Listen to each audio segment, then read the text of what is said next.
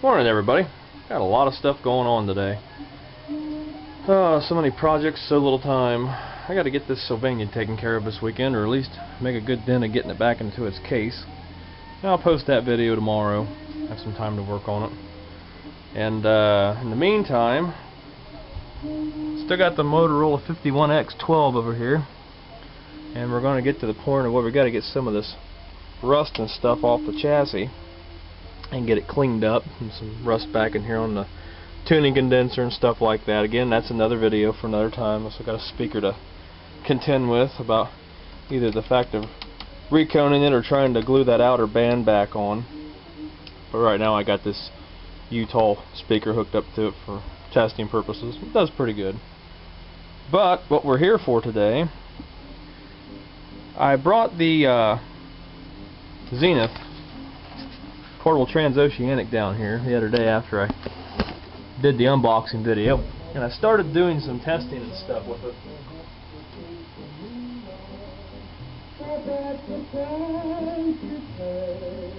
And what I found, the set doesn't really do a whole lot of anything. I thought maybe I might be able to see if the tubes would glow, or we get some crackling, or maybe filter hum or something out of it. And basically, all we get is the regular tube over here to glow. None of these other little 1-volt tubes, the filaments don't even glow on them. I thought, well, maybe it's in this photo chassis switch. Maybe something's gotten dirty, but alas, no dice there either. So let me on the light here.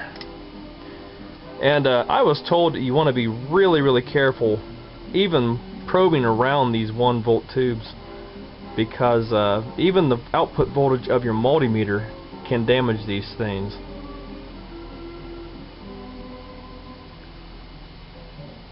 There's our regulator tube back in there. And that cord reel is supposed to go right in that general spot. As a matter of fact, this wire right here is supposed to hook up to that reel, and then this brown wire is supposed to go out through the hole right here. And what you do with that cord is actually plug it back into, there's an electrical plug on the side of the chassis right here. And when you operate on battery, I guess that completes the circuit for the batteries.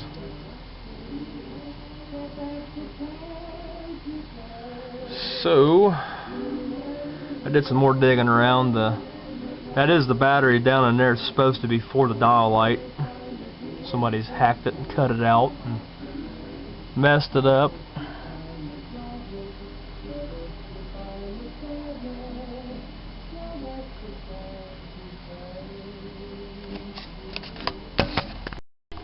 So I got my isolation transformer on. I'm going to turn a variac back on. I'm going to turn the volume control of the radio on. Volume up all the way. And we're going to cruise up to about 80 volts here. That's where she started showing signs of life pretty quickly the other day. You can hear we got a little bit of a hum.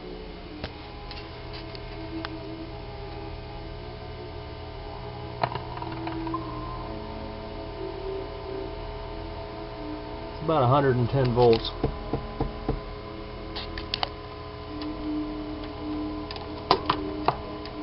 We're on the broadcast band, but you don't get nothing. And ironically, I keep hearing this pinging sound in this thing too, like one of these tubes is conducting or something. It's really picking up some bad harmonics. I'm not sure what that's all about. About the only tube that I see lighting, I see these two lighting here. The one up front is not, and those two right there are not either. That ballast tube kind of neat. So she's basically dead in the water. It's kind of a shame.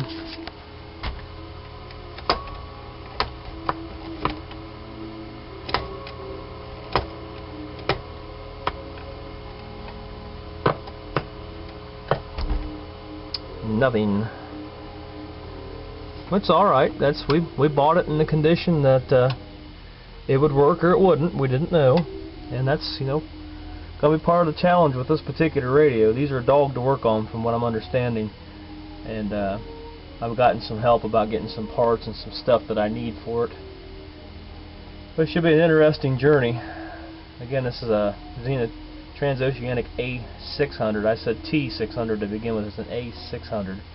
And this was made later production, about 1958. These were made from, I think it said 56, 57 to 62, somewhere up in here, these 600As.